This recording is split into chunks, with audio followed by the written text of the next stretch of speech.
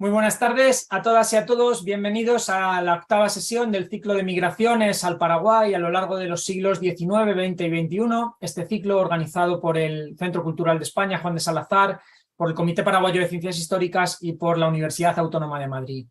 Hoy nos acompaña Guido Rodríguez Alcalá, Guido que va a hacer una ponencia sobre la migración francesa al Paraguay. Guido nació en Asunción en el año 1946, estudió Derecho en la Universidad Católica y posteriormente Relaciones Internacionales y Literatura en Estados Unidos.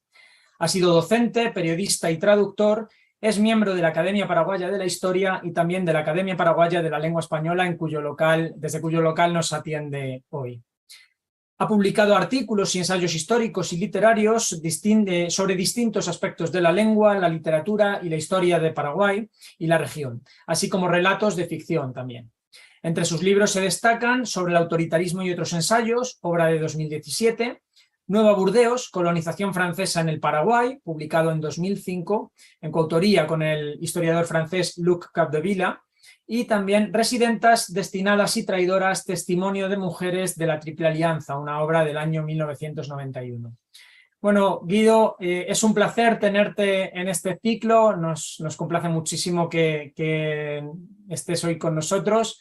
Cuando quieras, escuchamos tu ponencia, un estudio de caso de la migración francesa al Paraguay, Nueva Burdeos, un experimento infructuoso, 1855. Adelante, Guido. Hola Eduardo, muchas gracias por invitarme a participar en esto. ¿Se me escucha?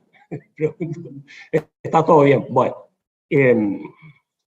para ir con la cronología, en 1855 llegaron al Paraguay 419 franceses y francesas para formar una colonia agrícola en un punto situado sobre la costa occidental del río Paraguay, unos 10 kilómetros al norte de Asunción, la capital, situada sobre la costa oriental del río Paraguay.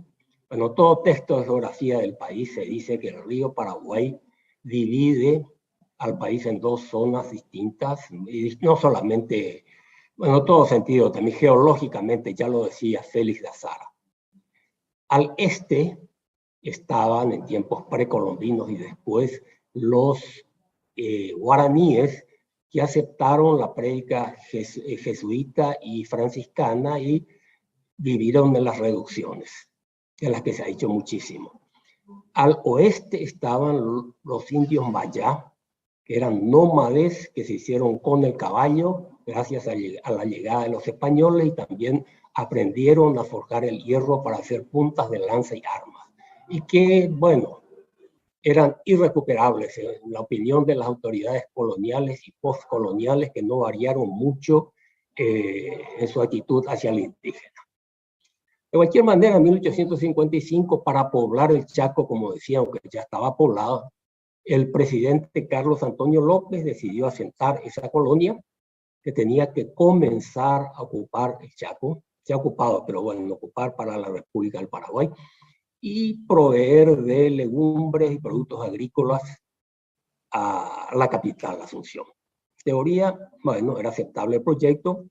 Paraguay quería tener relaciones más estrechas con Francia por muchas razones, incluyendo el prestigio que tenía Francia en América en el siglo XIX, Sudamérica. Francia, por su parte, quería, Napoleón III, quería establecer un imperio latino y católico en América frente al mundo anglosajón protestante del norte. Parte de ese proyecto fracasado fue la expedición militar que puso a Maximiliano de Austria en el trono de México por un corto tiempo. De todos modos, los proyectos franceses quedó una cosa, y fue la palabra latino, que se popularizó en Hispanoamérica, Iberoamérica, Latinoamérica. Eso quedó de los proyectos napoleónicos. Después hubo otro posible acercamiento entre Francia y el Paraguay, justamente cuando Francia fracasaba en México, que fue el cultivo del algodón. La guerra de la secesión había creado un déficit tremendo de algodón. Se quería crear una industria algodonera en Paraguay, pero no resultó.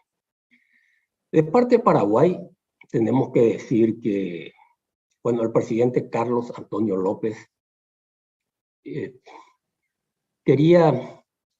necesitaba, mejor dicho, fortalecer sus relaciones con Europa, Inglaterra y Francia.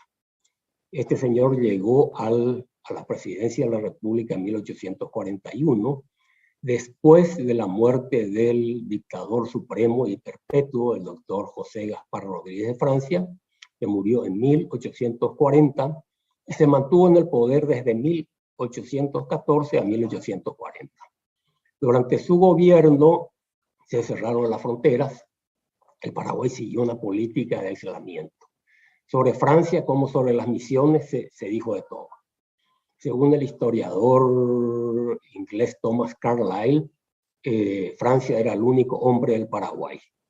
Proposición a priori dudosa y sin ninguna verificación empírica, ya que Carlyle nunca estuvo en el Paraguay para experimentar la virilidad de los nativos.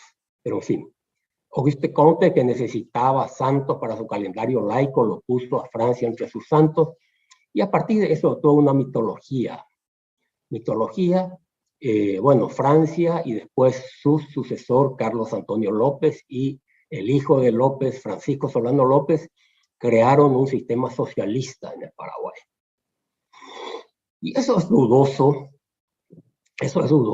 porque en el Paraguay hasta después de 1870 rigieron las leyes de Castilla y las de 7 partidas, que no eran precisamente dictadas por la Segunda Internacional.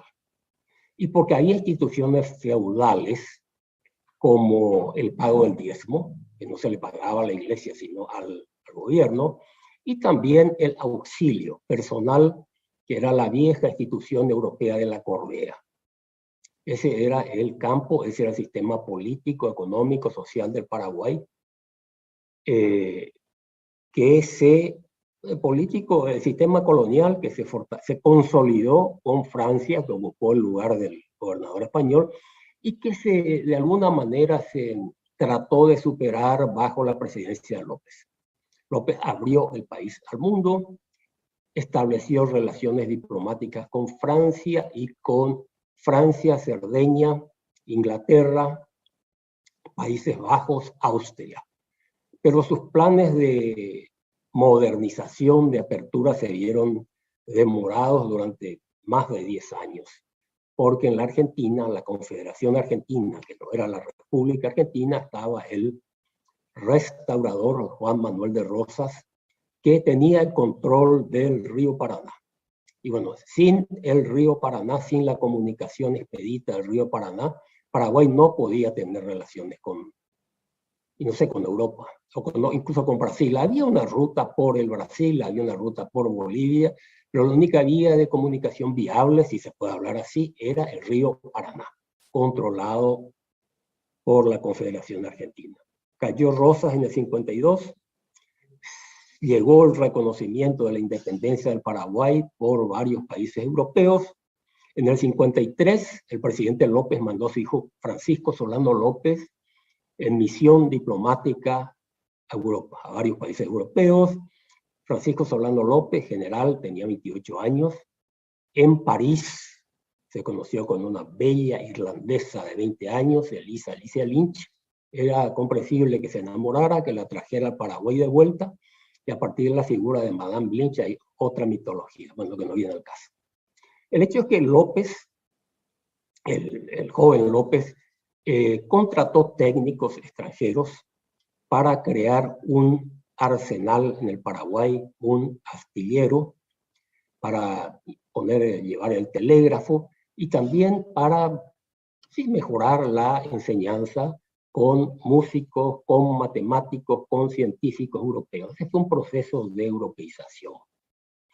Y dentro de eso tenía sentido pedir o contratar el envío de unos 800 a 1000 agricultores vascos, franceses o españoles, los que terminarían llegando al Paraguay en 1855. Ese es el origen de la colonia.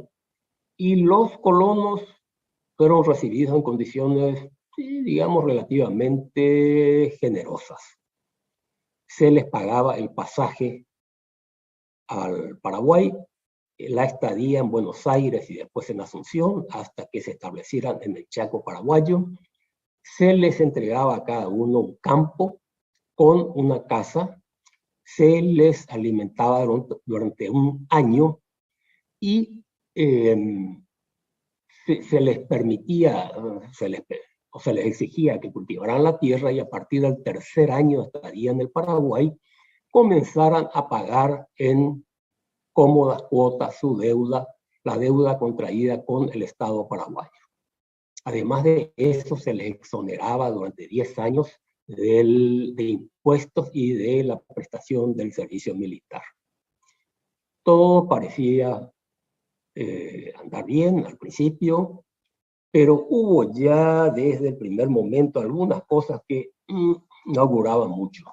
Para comenzar, que el armador francés llamado Antonio López, sin parentesco con los López del Paraguay, este señor, en vez de elegir agricultores, eligió a quienes querían ir.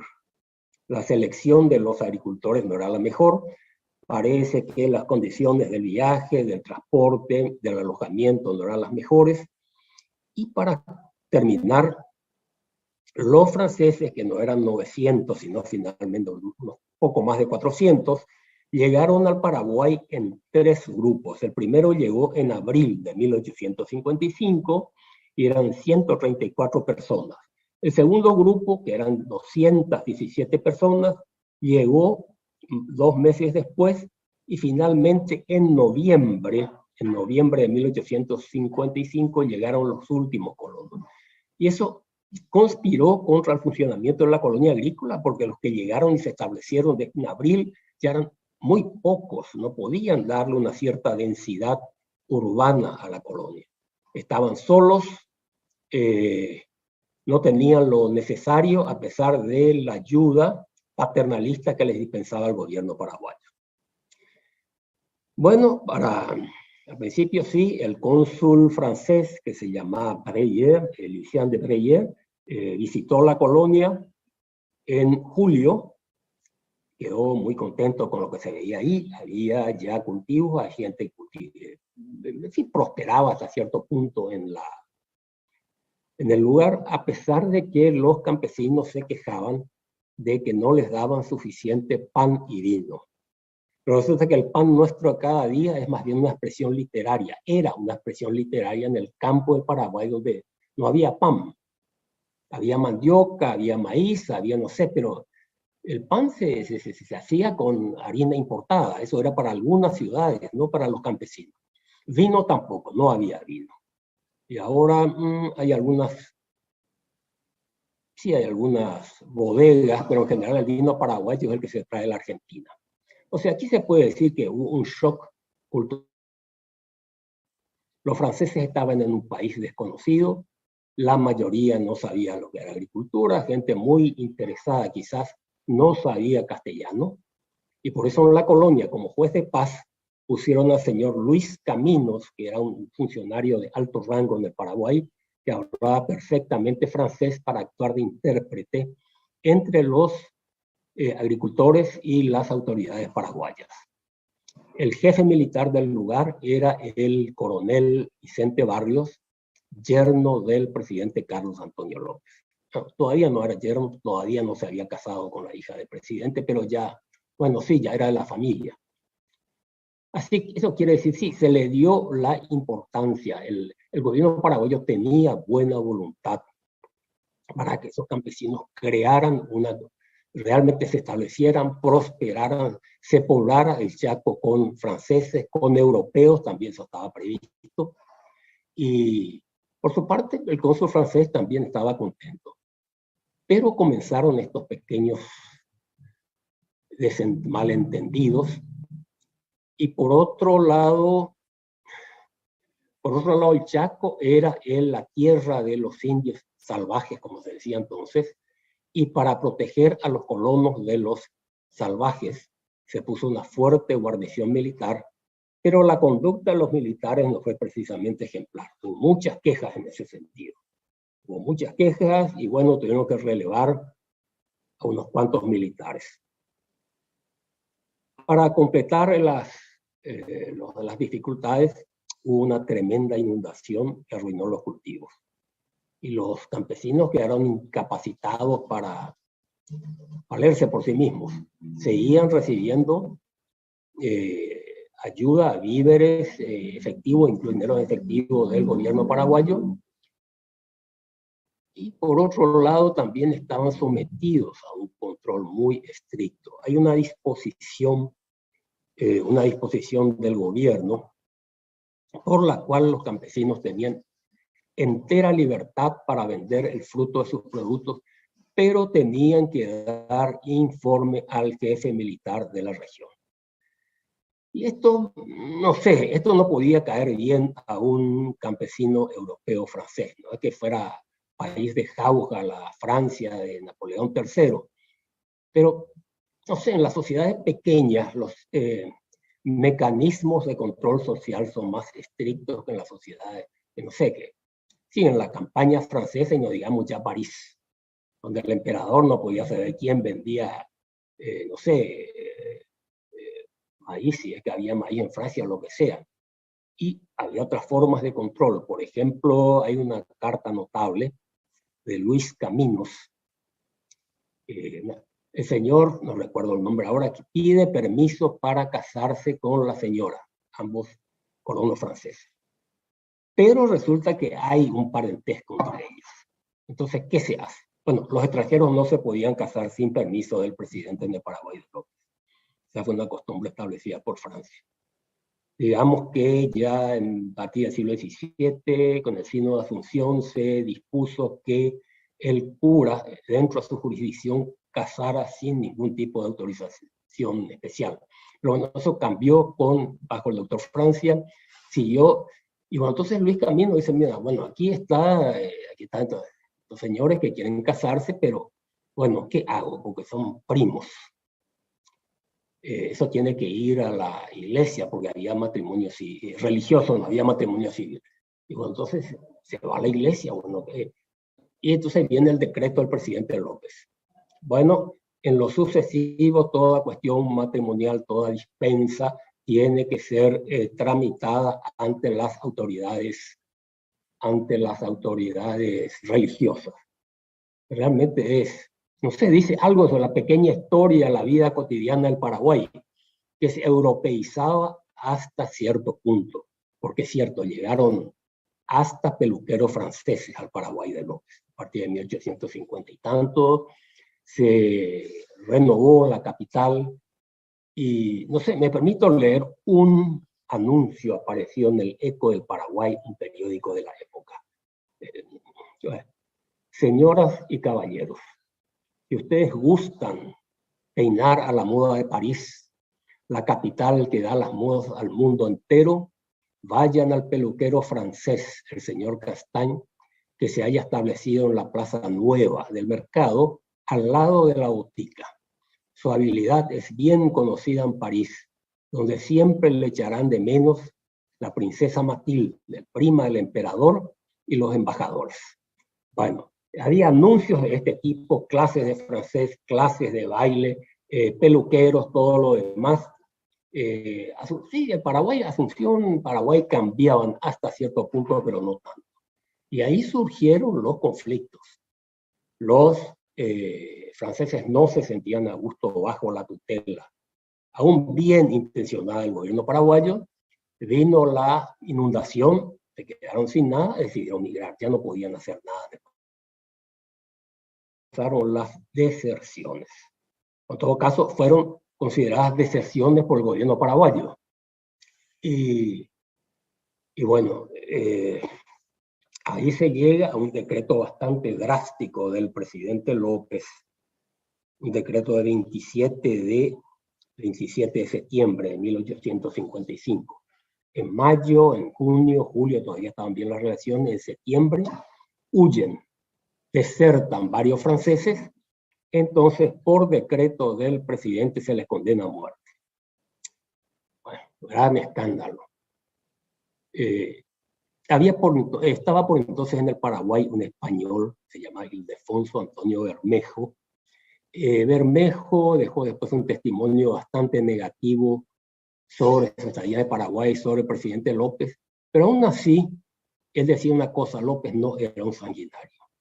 Era autoritario, era, sí, incluso arbitrario, pero no quería matar a nadie. Sus secretos eran así: el que haga tal cosa recibirá penas muy dobladas, hasta la pena de muerte. A él le correspondía decir si era, bueno, si era hasta la pena de muerte o no. Y estos franceses fueron condenados a muerte. El cónsul francés protestó enérgicamente, no se lo escuchó, y según el Eco del Paraguay, el periódico que he leído, el cónsul fue sumamente descortés con el presidente, porque en vez de impetrar clemencia para los condenados, faltó a la fiesta oficial, que era el 4 de noviembre, el día de San Carlos Borromeo. Carlos era el santo de San Carlos, era el santo del presidente López. Comienzan las notas diplomáticas entre el cónsul, el ministro de Relaciones de Francia, el ministro, el presidente del Paraguay.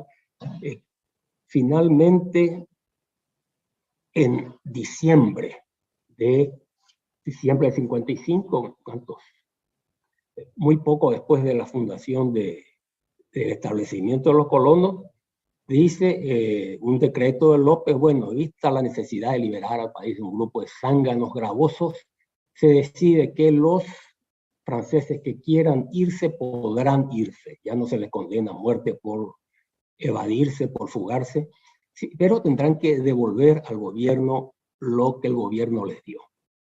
Nueva discusión entre Breyer y López. Pero ¿qué devolver? Sí, tienen que devolver. ¿Y cómo? Los pobres estaban en la indigencia. Y al irse de la colonia se dejó de enviarles víveres, así que no tenían que comer, estaban en la Asunción mendigando. Y bueno, que trabajen entonces en las empresas del Estado, porque en Paraguay estaban entonces estaban las estancias de la patria, que ya existían en tiempos de Francia, que eran las viejas estancias del rey, y estaban los almacenes del Estado, que eran los pósitos o alhóndigas de la época colonial, y había una serie había sastrerías del Estado, había canteras de piedra, fundiciones de hierro, en fin, el Estado tenía una intervención bastante fuerte en la economía, lo cual hace que ciertos historiadores o revisionistas hayan hablado de socialismo, pero eso estaba más bien, en mi opinión, bueno, no la mía, la del historiador norteamericano Thomas Wigan, eso estaba dentro del sistema borbónico, en que el Estado participaba activamente en la economía. Bueno, los franceses discuten: no vamos a trabajar. Sí, van a trabajar. El señor Breyer se va del Paraguay. Francia, los colonos escriben a la emperatriz Eugenia de Montijo, y Francia decide enviar la flota al Paraguay. No pudo enviar la flota, tenía que enviarla en abril porque el río estaba muy bajo. Ese era otro problema, la navegación de los ríos Paraguay y Paraná. Una defensa, en cierto sentido, una defensa natural para Paraguay, no pudo ir. La flota, entonces comenzaron las negociaciones y bueno, comenzaron las negociaciones y se llegó al pago de unos 9.000 piastras, como decía antes el cónsul, pesos. Los pesos paraguayos valían como el dólar. Es difícil saber cuánto realmente valían. Y se terminó la historia. Finalmente, con el pago se reanudaron las relaciones entre Francia y el Paraguay. No terminó muy bien, pero bueno, yo también creo que he llegado al final de mi exposición. Bueno, muchísimas gracias, Guido, por la brillante exposición y también por ajustarte tan magníficamente al tiempo, lo cual nos da un poquito de margen por detrás para seguir hablando del tema. Que además es muy interesante porque hemos visto hasta ahora a lo largo del ciclo migraciones, algunas de cronologías más amplias o más reducidas, pero esta es la primera sesión con una migración tan concreta en un periodo cronológico tan corto, ¿no? Tan exiguo. Y es muy interesante, ¿no? Precisamente por ese estudio de caso que tú anunciabas como un estudio de caso muy concreto. Yo tenía algunas cuestiones sobre las que podíamos comentar un poquito más. ¿Cómo fueron seleccionados? No sé si quedaron documentos, si quedó escrito de alguna manera. ¿Cómo fueron seleccionados aquellas familias o personas francesas y franceses que migraron a Paraguay? ¿Hubo algún tipo de proceso de selección concreto o no hay rastro de eso? No hay rastros, pero hasta dónde se puede saber, Eduardo, no hubo ningún criterio. El que realizó la selección fue un armador francés llamado Antonio López, sin ningún parentesco con los López del Paraguay.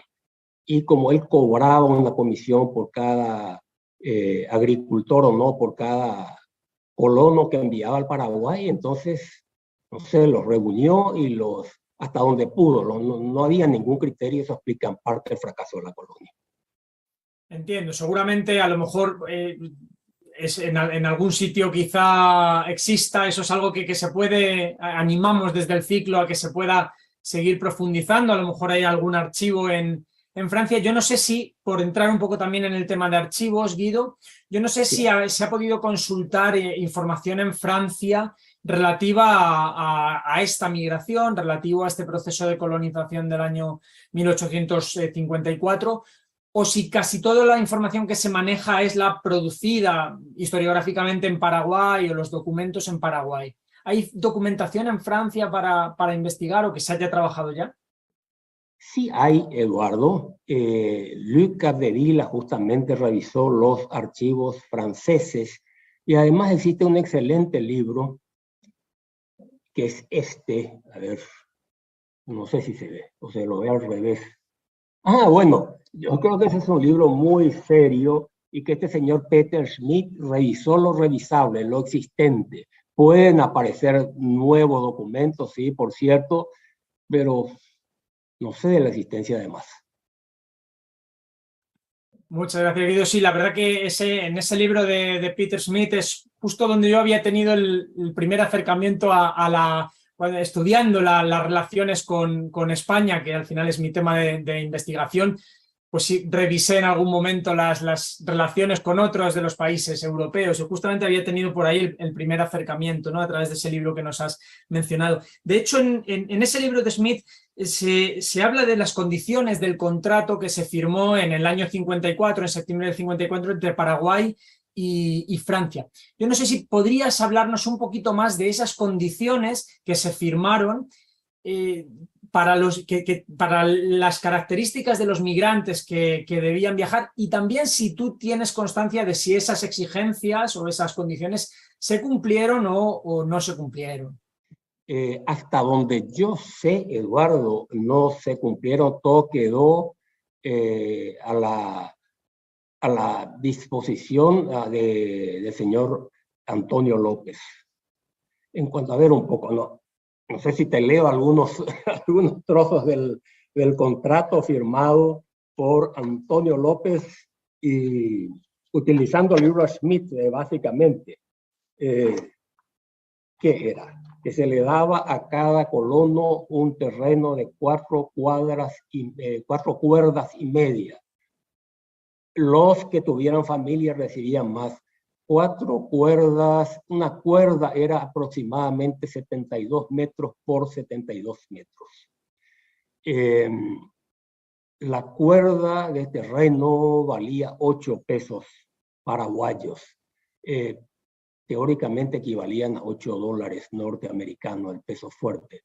Por otro lado, me llamó la atención algo, pero no lo investigué, que el precio del pasaje era de 56 pesos. Me parece medio raro eso, que el pasaje costara el equivalente de unas cuantas cuerdas. Los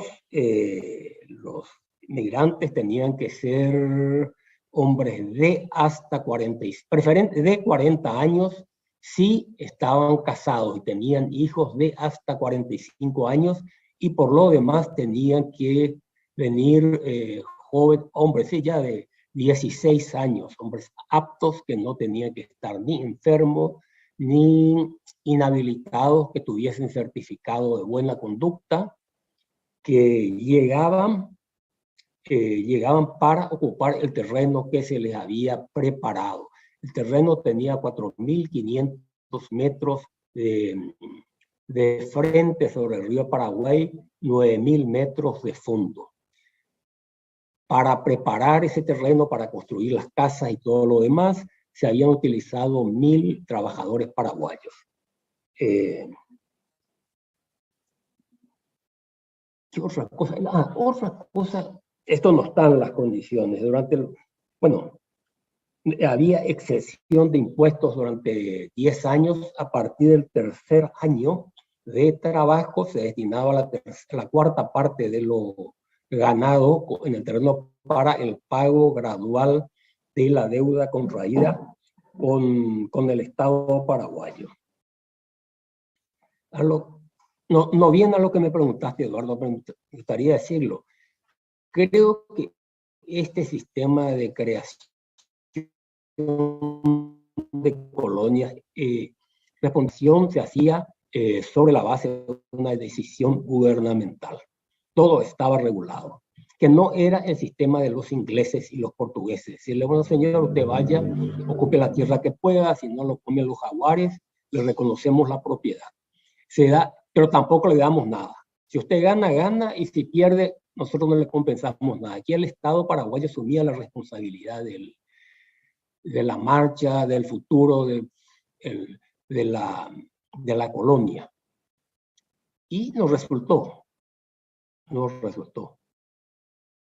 Guido, ¿sabes si trajeron los franceses, además de los productos con los que vinieran a cultivar a Paraguay, que por la cercanía de la zona en la que de Nueva Burdeos a Asunción, como ya nos has mencionado, era para también proveer a la capital paraguaya de alimentos, pero trajeron esos franceses nuevos productos a Paraguay o algún tipo de cultivo que no se conociera previamente en el país?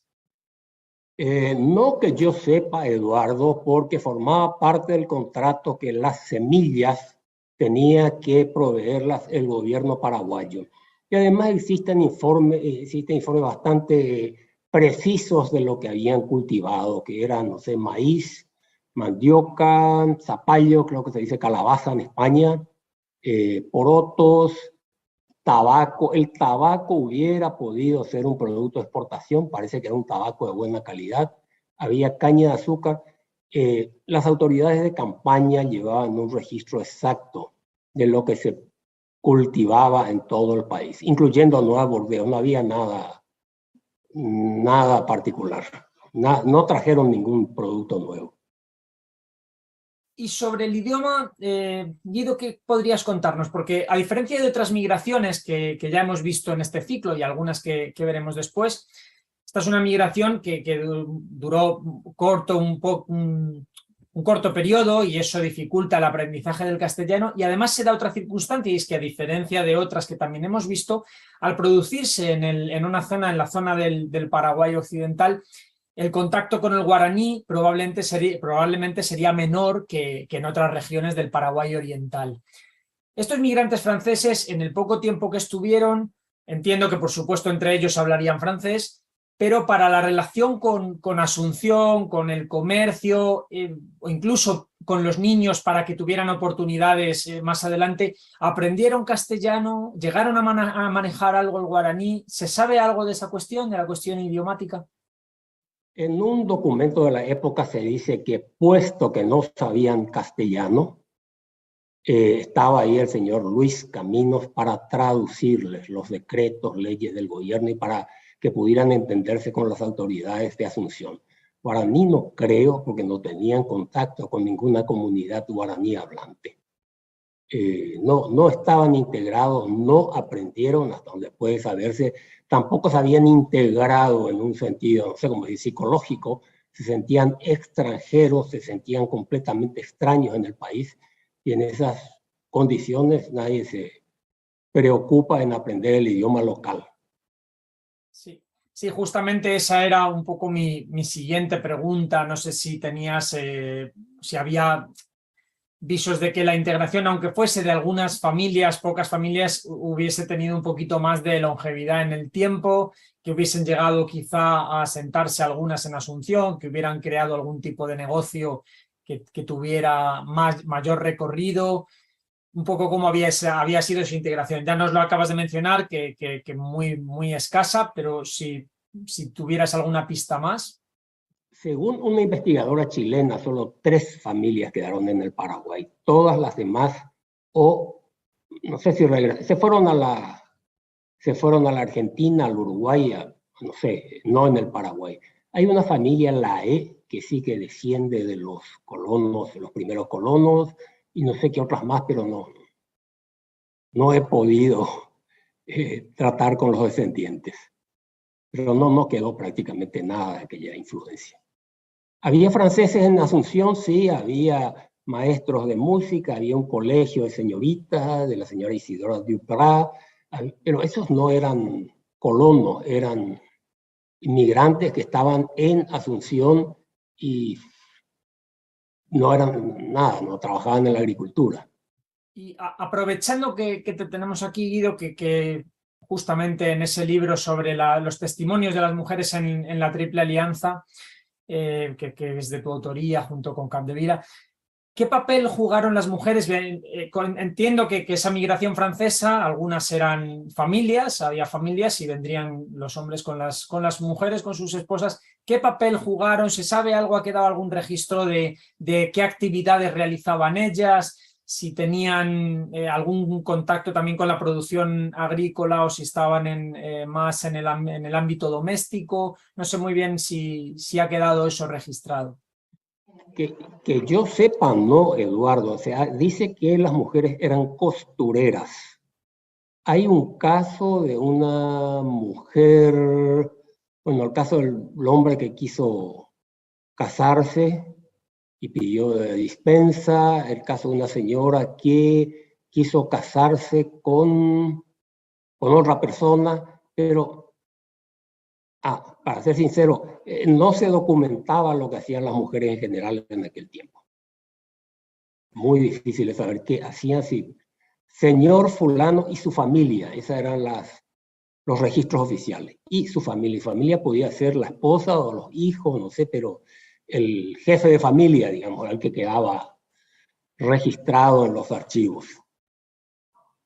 Bueno, para ir cerrando, quería hacerte una pregunta sobre, fuera ya un poco de esa cronología de 1854 y ese poco tiempo posterior, ¿hubo intentos un poquito más adelante, todavía en el siglo XIX, algún intento de colonización francesa similar a este, apoyado por el Estado francés y el Estado paraguayo?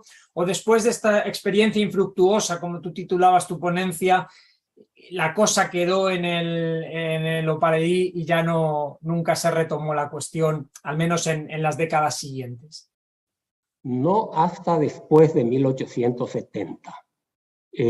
Allá por 1890 llegaron más franceses al lugar, que no era Nueva Burdeos, sino ya Villa Ayes. También en Yegros hubo en un lugar llamado Yegros, hubo otro grupo francés, pero no durante el gobierno de Carlos ni de Francisco Solano López. Bueno, Guido, por finalizar, una pregunta que siempre hago a todos y a todas las ponentes y que está relacionado con ese objetivo que tiene este ciclo también de servir como un instrumento para jóvenes estudiantes que de pronto se quieran interesar por la cuestión de las migraciones al Paraguay, al país, y quieran abordar. ¿Qué tipo, precisamente para trabajar la migración francesa, sea específicamente este caso de la colonización de Nueva Burdeos o quizá otra migración francesa del siglo XIX o del siglo XX, ¿a qué archivos habría que recurrir inicialmente? ¿Dónde podemos consultarlos? ¿Alguna obra o grupo de investigación o investigador de referencia, aparte de, por supuesto, de ti, que ya nos has alumbrado con el conocimiento que tienes del caso concreto? Un poquito esa cuestión por si algún estudiante quiera abordar la temática en el futuro. Básicamente está el Archivo Nacional en Asunción y está el archivo del Ministerio de Relaciones Exteriores y algunos libros como los libros de Harris Gaylord Warren, el libro de Ian Klein Penning, es un buen resumen, y algunos investigadores recientes como Fabricio Vázquez o Milda Rivarola pueden orientar a los potenciales investigadores que pueden dirigirse a la Academia Paraguaya de la Historia para mayor información. Bueno, Guido, pues muchísimas gracias por tu presencia y tu participación en el ciclo. La verdad que ha sido un placer esta charla contigo y el caso de la migración francesa, concretamente, en este caso tan acotado cronológicamente de la migración de la colonización de Nueva Burdeos, infructuosa como nos habías titulado. Ha sido un gusto. Quiero emplazar a todas y a todos los espectadores a la siguiente sesión que tendrá lugar el próximo jueves 27 de octubre, la 9ª sesión de este ciclo, en la que nos acompañará el Juan Carlos Herkenkrauer para hablarnos de la migración británica al Paraguay. Muchísimas gracias a todos y a todas, que tengan muy buena tarde.